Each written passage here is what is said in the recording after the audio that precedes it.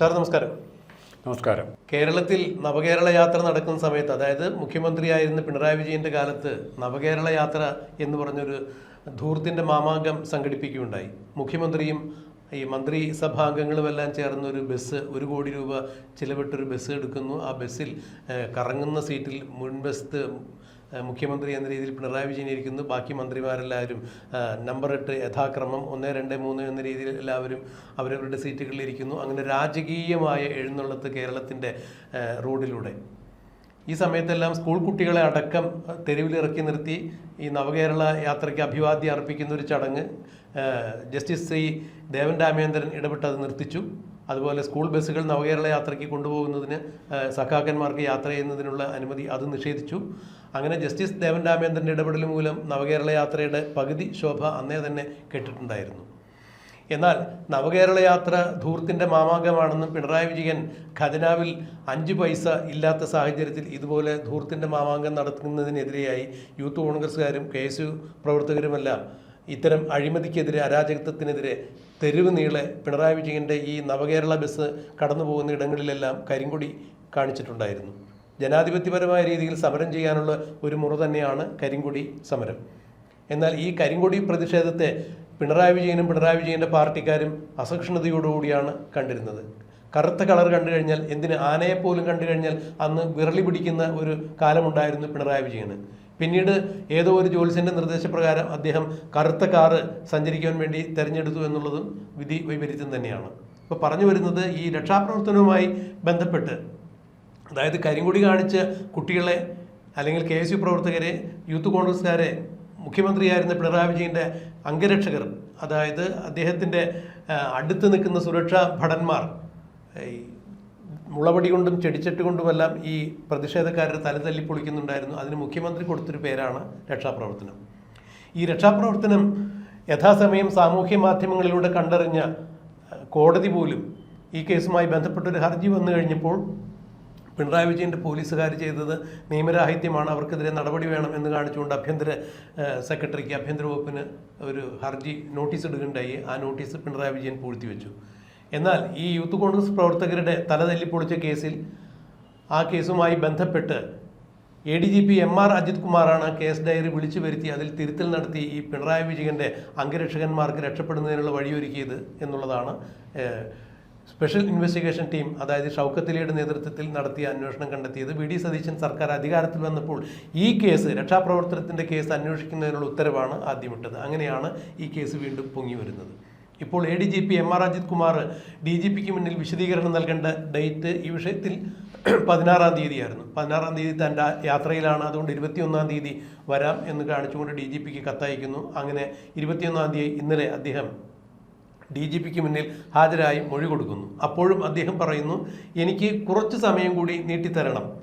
ഈ പണ്ട് നടന്ന കാര്യങ്ങളാണ്, പഴയതുപോലെ എനിക്ക് അത്ര കണ്ടത് ഓർത്തെടുക്കാൻ സാധിക്കുന്നില്ല. അതുകൊണ്ട് അന്ന് നടന്ന വിവരങ്ങളെല്ലാം ശേഖരിക്കുന്നതിന് സമയം വേണം, കുറച്ചുകൂടി സമയം നീട്ടിത്തരണം എന്ന് പറഞ്ഞു. DGP റവാദ ചന്ദ്രശേഖരൻ അത് അനുവദിച്ചില്ല. ഇപ്പോൾ തന്നെ സമയം അതിക്രമിച്ചിരിക്കുന്നു, എനിക്ക് മുകളിലേക്ക് റിപ്പോർട്ട് കൊടുക്കണം. അപ്പോൾ ADGPയുടെ ഭാഗത്തു നിന്ന് മൊഴിയെടുത്തു. ഈ റിപ്പോർട്ട് ഇന്ന് ആഭ്യന്തര വകുപ്പിന് DGP കൈമാറും എന്നുള്ളതാണ് അറിയുന്നത്.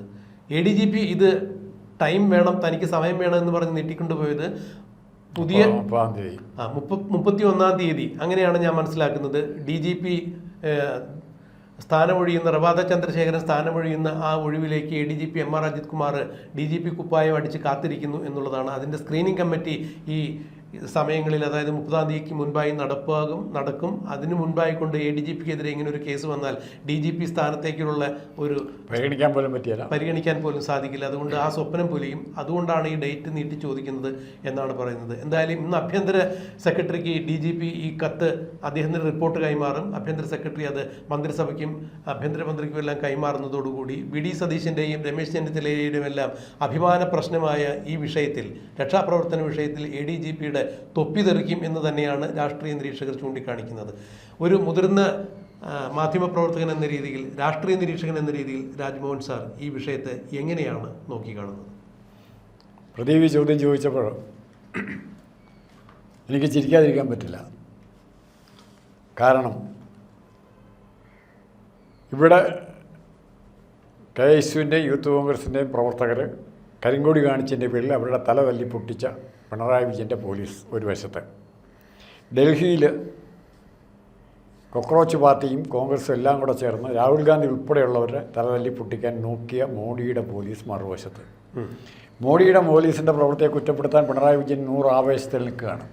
ഇതേ പിണറായി വിജയൻ തന്നെയാണ് കേരളത്തിൽ ജീവൻ രക്ഷാ പ്രവർത്തനം എന്നുള്ള പുതിയ ഡിപ്പാർട്ട്മെൻറ്റിനെ തുടങ്ങി തലതല്ലി പൊട്ടിക്കുക എന്നുള്ളത് ആണ് അവരുടെ പ്രവർത്തന ശൈലി. അത് പിണറായി വിജയൻ്റെ അംഗരക്ഷകർ തന്നെ നേതൃത്വം കൊടുത്ത് അതിൻ്റെ കറക്റ്റായിട്ട് തല്ലിൽ കിട്ടുന്നുണ്ടോ, കൊടുക്കുന്നുണ്ടോ, തല പൊട്ടുന്നുണ്ടോ എല്ലാം വെരിഫൈ ചെയ്യാൻ കൂടെ പോലീസുമുണ്ട്. ആ കേസ് അത് അന്ന കാലത്ത് പോലീസിനെ പൂർണ്ണമായി നിയന്ത്രിച്ച്, അന്നല്ല ഇന്നും അങ്ങനെയാണെന്ന് തോന്നുന്നു, പോലീസിനെ നിയന്ത്രിച്ചിരുന്നത് ADGP അജിത് കുമാറായിരുന്നു. എന്തായാലും ഒരു കാര്യം സാറ് പറഞ്ഞത് വളരെ ശരിയാണ്. അന്ന് DGP ആയിരുന്ന ദർവേഷ് സാഹിബിനെ മുൻ സീറ്റിലിരുത്തി പിൻസീറ്റിലിരുന്ന് ഡ്രൈവ് ചെയ്തിരുന്നത് ADGP MR അജിത് കുമാർ തന്നെയാണ്. അജിത് കുമാർ തന്നെയായിരുന്നു. അപ്പോൾ അജിത് കുമാറിൻ്റെ താല്പര്യവും പിണറായി വിജയൻ്റെ എന്ത് താല്പര്യമാണ് അതാണ് അജിത് കുമാർ നടപ്പാക്കിയത്. എനിക്ക് എൻ്റെ മുമ്പിൽ യാതൊരു തടസ്സങ്ങളും കാണാൻ പാടില്ല, ഒരു എൻ്റെ മുമ്പിൽ കാണാൻ പാടില്ല, തെളിഞ്ഞ അന്തരീക്ഷത്തിൽ ശുദ്ധമായ റോഡിൽ കൂടെ നമസ്കരിക്കുന്ന ആൾക്കാരുടെ മുമ്പിൽ കൂടെ എനിക്ക് പോകണം, വാളുമായിട്ട് വരരുത്, പൂമാലയായിട്ട് വരുന്നവരുടെ ഇടയ്ക്കൂടെ എനിക്ക് പോകണം എന്ന് ഉള്ള ഇൻസ്ട്രക്ഷൻ കൊടുത്തതിൻ്റെ കൊണ്ടാണ് ഈ പ്രകടനത്തിൽ ചെന്ന അല്ലെങ്കിൽ പ്രതിഷേധിക്കാൻ ചെന്ന ഈ പിള്ളേരെ തലയടിച്ച് പൊട്ടിക്കുന്നതിന് വേറൊരു കാരണം കൂടെയുണ്ട്. തലച്ചോറുള്ളവരോട് മുഴുവൻ ദേഷ്യമായിരുന്നു പിണറായിക്കും. തലച്ചോറുള്ള എല്ലാവരോടും ഇദ്ദേഹത്തിന് ദേഷ്യമായിരുന്നു. അതൊരു പുതിയ കണ്ടെത്തലാണ്. അപ്പം അതുകൊണ്ട് തലച്ചോറ് അടിച്ച് പൊട്ടിച്ച് കളഞ്ഞേക്കാനാണ് ആരുടെ ഇൻസ്ട്രക്ഷൻ, പിണറായിയുടെ ഇൻസ്ട്രക്ഷൻ കൊടുത്തിരിക്കാൻ സാധ്യത. ചിന്തിക്കാൻ ശേഷിയുള്ള ആരും ഈ മണ്ണിൽ വേണ്ട. അല്ല ആർഷോയുടെ കൂട്ടോ റഹീമിൻ്റെ കൂട്ടോ PP ദീപയുടെ കൂട്ടോ ഉള്ള ക്രിമിനൽ സ്വഭാവമുള്ള മാത്രം മതി. അപ്പോൾ അതിൻ്റെ ഒരു പശ്ചാത്തലം കൂടെ ഉണ്ട്. തലതല്ലി പൊട്ടിക്കൽ പിണറായി വിജയൻ്റെ മാത്രം ഒരു ഹോബിയായിരുന്നു. വേറൊക്കെ ഇന്ത്യയിലെ പോലീസൊന്നും ചെയ്തിട്ടില്ല. ഇനി 2, ഇപ്പം നമ്മൾ ഡൽഹിയിൽ കണ്ടുകൊണ്ട് നമ്മൾ എങ്ങനെ പറഞ്ഞു കേട്ടെടുത്തോളം ഏതെങ്കിലും തരത്തിൽ പ്രതിഷേധങ്ങൾ ഉണ്ടാകുമ്പോൾ ലാത്തി ചാർജ് ഉൾപ്പെടെയുള്ള ചാർജുകൾ വരുമ്പോൾ അല്ലെങ്കിൽ അത്തരം സമരമുറകളുമായി ബന്ധപ്പെട്ട് ഇങ്ങനെ പോലീസിന് വടിയെടുക്കേണ്ടി വരികയാണെങ്കിൽ അരയ്ക്ക് കീഴ്പോട്ടടിക്കാനേ പോലീസിന് നിയമമുള്ളൂ എന്നുള്ളതാണ് നമ്മൾ മനസ്സിലാക്കിയിരിക്കുന്നത്. ഇത് കഴുത്തിന് മുകളിലേക്കാണ് അടിക്കുന്നത്, തലയ്ക്ക് മാത്രം ഉന്നം വെച്ചുകൊണ്ട് അടിക്കുന്ന കാഴ്ചയാണ് നമ്മളന്ന് കണ്ടത്. അല്ല, എനിക്ക് എൻ്റെ അനുഭവം പറയാൻ പറ്റും. സമരത്തിൽ പങ്കെടുത്താൽ എങ്ങനെയാണ് പോലീസ് പ്രതികരിക്കുന്നത് എന്നുള്ളത്.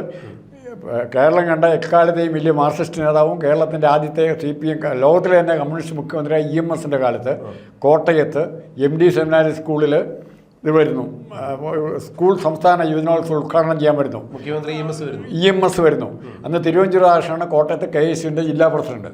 അപ്പോൾ ഞങ്ങൾ EMSനെ കരിങ്കൊടി കാണിക്കാൻ തീരുമാനിക്കുന്നു. ഞങ്ങൾ 10-18 പേര് ബസാലിയസ് കോളേജ്, ദേവമാതാ കോളേജ്, കൊറലങ്ങാട് തുടങ്ങിയ സ്ഥലങ്ങളിൽ നിന്നുള്ള ഞങ്ങൾ 10-18 പേര് ഇദ്ദേഹം പ്രസംഗിക്കാൻ തുടങ്ങിയപ്പോൾ തന്നെ ആ ഫ്രണ്ടിലെ കയറി നിന്ന് കുട്ടികളുടെ ഇടയ്ക്കായതുകൊണ്ട് പോലീസ് ആരാ എന്നൊന്നും ഒരു പിടിയും കിട്ടില്ല. ആദ്യം ബെഞ്ചിൽ കയറുന്ന EMS ഗോ ബാക്ക് എന്നുള്ള മുദ്രാവാക്യം, EMS കൊലയാളി നീയാണോടാ മലയാളി എന്ന് നേരെ മുഖത്ത് നോക്കി മുദ്രാവാക്യം വിളിക്കാൻ ഞങ്ങൾക്ക് പറ്റി. 5 മിനിറ്റുകളിൽ അവിടുത്തെ പോലീസുകാർ വന്ന് ഞങ്ങളെ വളഞ്ഞ് സ്റ്റേഷനിലേക്ക് കൊണ്ടുപോകണം. പിറ്റേ ദിവസം വെളുപ്പം കാലത്തെ വിടുന്നുള്ളൂ. അപ്പോൾ അങ്ങനത്തെ ഒരു പ്രതികരണമാണ് EMSൻ്റെ കാലത്ത് പോലും ഉണ്ടായത്. അതിനെയൊക്കെ മറികടന്നുകൊണ്ട് എല്ലാ ജനാധിപത്യ ബോധങ്ങളും തല്ലി പോലും ഇപ്പോൾ ബലമായി പിടിച്ചോണ്ട് പോയുള്ളൂ, ലാത്തി കൊണ്ട് അമർത്തി പിടിച്ചോണ്ട് പോയുള്ളൂ. സംസ്കാരം ഉണ്ടായിരുന്നു. EMSൻ്റെ സംസ്കാരം പോലീസിനുണ്ടായിരുന്നു. ഇവിടെ പോലീസിന് പിണറായിയുടെ സംസ്കാരമായിപ്പോയി. അങ്ങനെ പോലീസിനെ അല്ല കുറ്റപ്പെടുത്തുന്നത്, ആരാണോ ഭരിക്കുന്നത് അവരുടെ സംസ്കാരം, അവരുടെ ആജ്ഞാനവർത്തിയാകുക എന്നുള്ളതാണ് പോലീസ് ചെയ്യുന്നത്. അപ്പോൾ അന്നത്തെ ആ സംഭവം ഞങ്ങളുടെ മനസ്സിൽ ഇപ്പോഴും ഉണ്ട്. അതിൽ കുട്ടികളെ വെറുതെ വിട്ടേക്കണമെന്ന് EMS പറഞ്ഞതാണ്. ഞാൻ ഓർക്കും തിരുവഞ്ചൂരിന് ഒരു അഭിമുഖം എടുക്കുമ്പോൾ തിരുവഞ്ചൂർ അന്ന് സൂചിപ്പിച്ചു പറയുന്നുണ്ട്. അപ്പോൾ ഇത് തിരുവനന്തപുരം KSUവിൻ്റെ ജില്ലാ പ്രസിഡന്റാണ്. ബസാലിയസ് കോളേജിൽ നിന്നുള്ള കുട്ടികളുണ്ടായിരുന്നു. അത് വേറെ ഒത്തിരി കഥ പറയേണ്ട, അത് വിട്ടേക്കാം. എന്നാൽ പോലും നമുക്ക് ചർച്ച ചെയ്യാം, അത് വേറെ അവസ്ഥ ചർച്ച ചെയ്യാം. അതിനൊക്കെ അപ്പോൾ ഞങ്ങളുടെ കുറച്ച് പേരെ ഇപ്പോഴും ജീവിച്ചിരിപ്പുണ്ടല്ലോ പലരും. എന്നാൽ ഇദ്ദേഹത്തിൻ്റെ കാലത്ത് ഏത് തരത്തിലുള്ള എതിർ ശബ്ദം, എന്തിന് സ്വന്തം പാർട്ടിയിൽ നിന്ന് ചന്ദ്രശേഖരനെ പോലെ TP ചന്ദ്രശേഖരനെ പോലെയുള്ള ആളെ പോലും പാർട്ടിക്ക് വേണ്ടി മരിക്കാൻ വരാൻ, അല്ലെങ്കിൽ ആത്മഹത്യയാകാൻ ചെയ്യാൻ തയ്യാറായി നടന്നവരെ പോലും വെട്ടിക്കൊല്ലാനുള്ള ഓർഡർ ഇടണമെങ്കിൽ, ആജ്ഞ ചെയ്യണമെങ്കിൽ അത് പിണറായി വിജയന് മാത്രമേ സാധിക്കുകയുള്ളൂ. കമ്മ്യൂണിസ്റ്റുകാരന് സാധിക്കുകയില്ല, കമ്മ്യൂണിസ്റ്റുകാരന് സാധിക്കുകയില്ല. നാളെ വീരപ്പൻ പ്രസിഡൻ്റായിട്ട് അഖിലേന്ത്യാ കമ്മ്യൂണിസ്റ്റ് പാർട്ടി ഉണ്ടായാലും എങ്ങനെ ഇരിക്കും പോളിറ്റ് ബ്യൂറോയിൽ? അല്ലെ അത് ആ മനസ്സുള്ളവർ, വീരപ്പനായിട്ട് കമ്പയർ അതേ ക്രൂരതയുള്ള മനസ്സ് ഉണ്ടാക്കിയെടുത്തിട്ട് സംഘടനാ പ്രവർത്തനം നടത്തുക, അത് കമ്മ്യൂണിസ്റ്റ് സംഘടനാ പ്രവർത്തനം നടത്തുക എന്ന് പറഞ്ഞാൽ അത് മനസ്സിലാക്കാൻ പറ്റില്ല.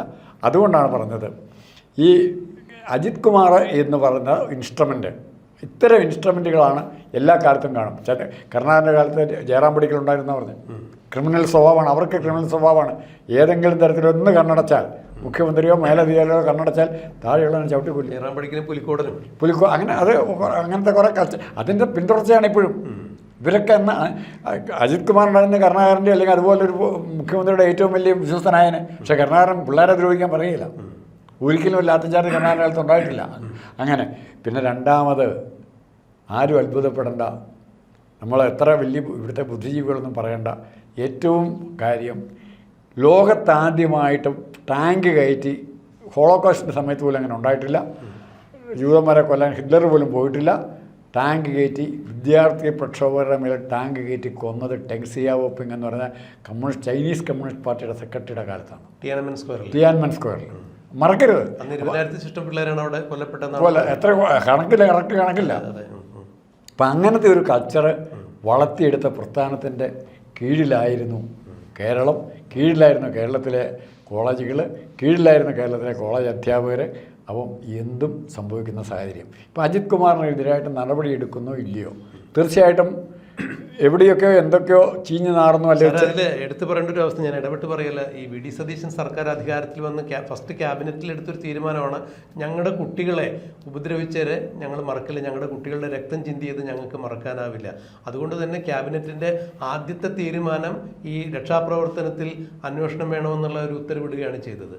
അപ്പോൾ തീർച്ചയായും ആ SIT രൂപീകരിക്കുന്നു, ഷൗക്കത്ത് അലി പോലുള്ള കറകളഞ്ഞ പോലീസ് ഉദ്യോഗസ്ഥന്മാരുടെ നേതൃത്വത്തിൽ ഒരു SIT ഉണ്ടാക്കുന്നു, ആ SIT റിപ്പോർട്ട് കൊടുക്കുന്നു. ആ റിപ്പോർട്ട് DGPയുടെ മേശപ്പുറത്ത് എത്തിയിട്ട് 25 ദിവസം കഴിയുന്നു. DGP റിപ്പോർട്ട് പരിശോധിച്ച് വീണ്ടും തിരിച്ചയക്കുന്നു, വ്യക്തത വരുത്തിയിട്ട് റിപ്പോർട്ട് കൊടുക്കാൻ പറയുന്നു. യുദ്ധകാലാടിസ്ഥാനത്തിൽ ഷൗക്കത്ത് അലി തൊട്ട് അടുത്ത ദിവസം തന്നെ DGPയുടെ മുമ്പിൽ വിശദമായ റിപ്പോർട്ട് കൊണ്ടേ കൊടുക്കുന്നു. അതിൽ ADGP MR അജിത് കുമാറിൻ്റെ കൃത്യമായ പങ്കുകൾ അക്കമിട്ട് അടയാളപ്പെടുത്തി തീയതികൾ സഹിതം രേഖപ്പെടുത്തി കൊടുക്കുന്നു. അദ്ദേഹത്തിൻ്റെ വേണ്ടി ആജ്ഞാനുവർത്തികളായി സഹകരിച്ച പോലീസുകാർ, അതായത് ഗ്രേഡ് SIമാർ എന്തൊക്കെയാണ് ചെയ്തത് അവരുടെ മൊഴികളടക്കം സമർപ്പിക്കുന്നു. അപ്പോൾ തീർച്ചയായും കുറ്റമറ്റൊരു റിപ്പോർട്ട് DGPയുടെ മുൻപിലിരിക്കുന്നുണ്ട്. ADGPയുടെ വശം കൂടി കേൾക്കണമല്ലോ, ഒരു വിഷയം ഉണ്ടായി കഴിഞ്ഞാൽ വാദിയുടെയും പ്രതിയുടെ ഭാഗം കേൾക്കണമല്ലോ. ADGPയാണ്. ADGP MR അജിത് കുമാറിനെ വിളിച്ചിട്ട് അദ്ദേഹം 16-ാം തീയതി ഞാൻ യാത്രയിലാണെന്ന് പറഞ്ഞ് ചോദ്യം ചെയ്യലിൽ നിന്നും മാറി നിൽക്കുന്നു. അങ്ങനെ 21-ാം തീയതി വരുന്നു, വീണ്ടും സമയം നീട്ടിച്ചു വയ്ക്കുന്നു. അതിനുള്ളിൽ DGP സ്ക്രീനിങ് കമ്മിറ്റിയുടെ ആ ഉത്തരവ് വരും. അപ്പോഴേക്കും തനിക്ക് ഈ കേസിനെ മറികടന്നുകൊണ്ട് DGP സ്ഥാനത്തെത്താം, പിന്നീട് അത് നിയമപരമായി പരിഹരിക്കാം എന്നൊക്കെ ആയിരിക്കും ADGP MR അജിത് കുമാർ വിചാരിക്കുന്നത്. എന്നാൽ DGP ഇന്ന് റിപ്പോർട്ട് കൊടുത്തു കഴിഞ്ഞിട്ടുണ്ടെങ്കിൽ തീർച്ചയായും മുഖ്യമന്ത്രിക്കും ആഭ്യന്തര വകുപ്പ് മന്ത്രിക്കും ഈ കാര്യത്തിൽ ഇനിയും വച്ച് താമസിക്കാൻ പറ്റില്ല. നടപടി എടുത്തില്ല എന്നുണ്ടെങ്കിൽ അത് കോൺഗ്രസിനകത്ത് തന്നെ വലിയ ഒരു ഭിന്നിപ്പുണ്ടാകും. ഇപ്പോഴും തന്നെ വി ഡി സതീശൻ എന്ന മുഖ്യമന്ത്രി എടുക്കുന്ന പല നയപരമായ തീരുമാനങ്ങൾക്കും പാർട്ടിയുടെ പിന്തുണയില്ല എന്ന തരത്തിലുള്ള ഒരു പ്രചരണം നടക്കുന്ന സന്ദർഭത്തിൽ അദ്ദേഹത്തെ വളഞ്ഞിട്ട് ആക്രമിക്കാൻ ഒരു വിഭാഗം കോൺഗ്രസിൽ തന്നെ മുതിർന്ന നേതാക്കളും അവരുടെ അണികളും ശ്രമിക്കുന്ന സാഹചര്യത്തിൽ ഇനിയിപ്പോൾ ADGP MR അജിത് കുമാറിനെതിരെയുള്ള രക്ഷാപ്രവർത്തനത്തിൽ കൃത്യമായ ഒരു നടപടി ഉണ്ടായില്ല. അതെ, കൃത്യമായ നടപടി അതിൽ ഉണ്ടായില്ല. അത് നീതിയുക്തമല്ല എന്നുണ്ടെങ്കിൽ തീർച്ചയായും അത് വി ഡി സതീശൻ്റെ മുഖ്യമന്ത്രി പദത്തിന് തന്നെ വലിയ കളങ്കമേൽപ്പിക്കും എന്നുള്ളതിന് സംശയമില്ല. ആ സാഹചര്യത്തിൽ ഒരു കൃത്യമായ ഒരു അച്ചടക്ക നടപടിക്ക് വിധേയനാകാൻ ADGP MR അജിത് കുമാർ തീർച്ചയായും അദ്ദേഹം അത് വിധേയനായേ പറ്റൂ. അവിടെ ആഭ്യന്തര വകുപ്പ് മന്ത്രി രമേശ് ചെന്നിത്തലയ്ക്കും വി ഡി സതീശനും കണ്ണടച്ച് മാറി നിൽക്കാൻ സാധിക്കുമോ? അല്ല, അവർക്ക് കണ്ണടയ്ക്കാൻ സാധിക്കില്ലെന്ന് മാത്രമല്ല, അവർക്ക് അജിത് കുമാറിനെ രക്ഷിക്കാൻ പല കാരണങ്ങളും കാണും. കാരണം അജിത് കുമാറിനെ അവിടെ നിലനിർത്തി അജിത് കുമാറിൽ നിന്ന് പിണറായി വിജയൻ്റെ മറ്റ് വൃത്തികേടുകളെക്കുറിച്ചുള്ള മുഴുവൻ ഡീറ്റെയിൽസും കളക്ട് ചെയ്യുക, അങ്ങനെയുള്ള പലരോടും ചോദിക്കുമ്പോൾ പറഞ്ഞ ന്യായതാണ്. അജിത് കുമാറിന് അറിയാവുന്നിടത്തോളം കാര്യങ്ങൾ പിണറായി വിജയൻ്റെ കാര്യങ്ങൾ അറിയാവുന്ന മറ്റൊരു ഉദ്യോഗസ്ഥനില്ല. അപ്പോൾ അദ്ദേഹത്തെ കൂടെ നിർത്തിക്കൊണ്ട് കുറേ കാര്യങ്ങൾ അറിയാനുണ്ട്. ഒരു എക്സ്ക്യൂസാണ്, കാരണം കോൺഗ്രസ്സുകാരോട് പറയാൻ ന്യായം. പക്ഷെ അതിൻ്റെ പേരിൽ തല്ലുകൊണ്ട ചെറുപ്പക്കാരെക്കുറിച്ച് ആണ് ഫസ്റ്റ് പരിഗണന കൊടുക്കേണ്ടത് എന്നാണ് കോൺഗ്രസിലെ ഭൂരിഭാഗം പേരും പറയുന്നത്. അല്ല സാറ്, ഈ മുഖ്യമന്ത്രിയായി വി ഡി സതീശൻ അധികാരത്തിലേറ്റപ്പോൾ ക്യാബിനറ്റിൻ്റെ ആദ്യത്തെ തീരുമാനമാണ് അത്. അവരുടെ പ്രസ്റ്റീജ് ഇഷ്യൂ ആയിട്ട് അവർ ഇൻട്രൊഡ്യൂസ് ചെയ്തൊരു കാര്യം. ആ കാര്യത്തിൽ നിന്ന് ഒരു കാരണവശാലും ഇപ്പോൾ സാറ് പറഞ്ഞ വസ്തുതകൾ തന്നെയാണ് എന്ന് നമ്മൾ കണക്കിലെടുത്താലും ആ ഒരു വിഷയത്തിൻ്റെ പേരിൽ ഈ ADGPയുടെ തലയിൽ വീണ്ടും ആ തൊപ്പി വെച്ച് കൊടുത്തു കഴിഞ്ഞാൽ അത് വി ഡി സതീശനും ആഭ്യന്തര വകുപ്പ് മന്ത്രി രമേശ് ചെന്നിത്തലയ്ക്കും വലിയ ഡാമേജ് ഉണ്ടാക്കും എന്നുള്ള തർക്കമില്ലല്ലോ. അപ്പോൾ തീർച്ചയായും ADGPയുടെ തൊപ്പി തെറിക്കും എന്നുള്ളത് തന്നെയാണ് ഇതുവരെയുള്ള നിഗമനങ്ങളിൽ നിന്നും മനസ്സിലാക്കാൻ സാധിക്കുക. ഇനി ഈ വിഷയത്തിൽ എന്ത് സംഭവിക്കും എന്നുള്ളത് നമുക്ക് കണ്ടറിയാം. ഏതായാലും വേവോളം നിന്നും ഇനി ആറോളം കാത്തിരിക്കാം. ഇന്നോ നാളെയോ അറിയാം.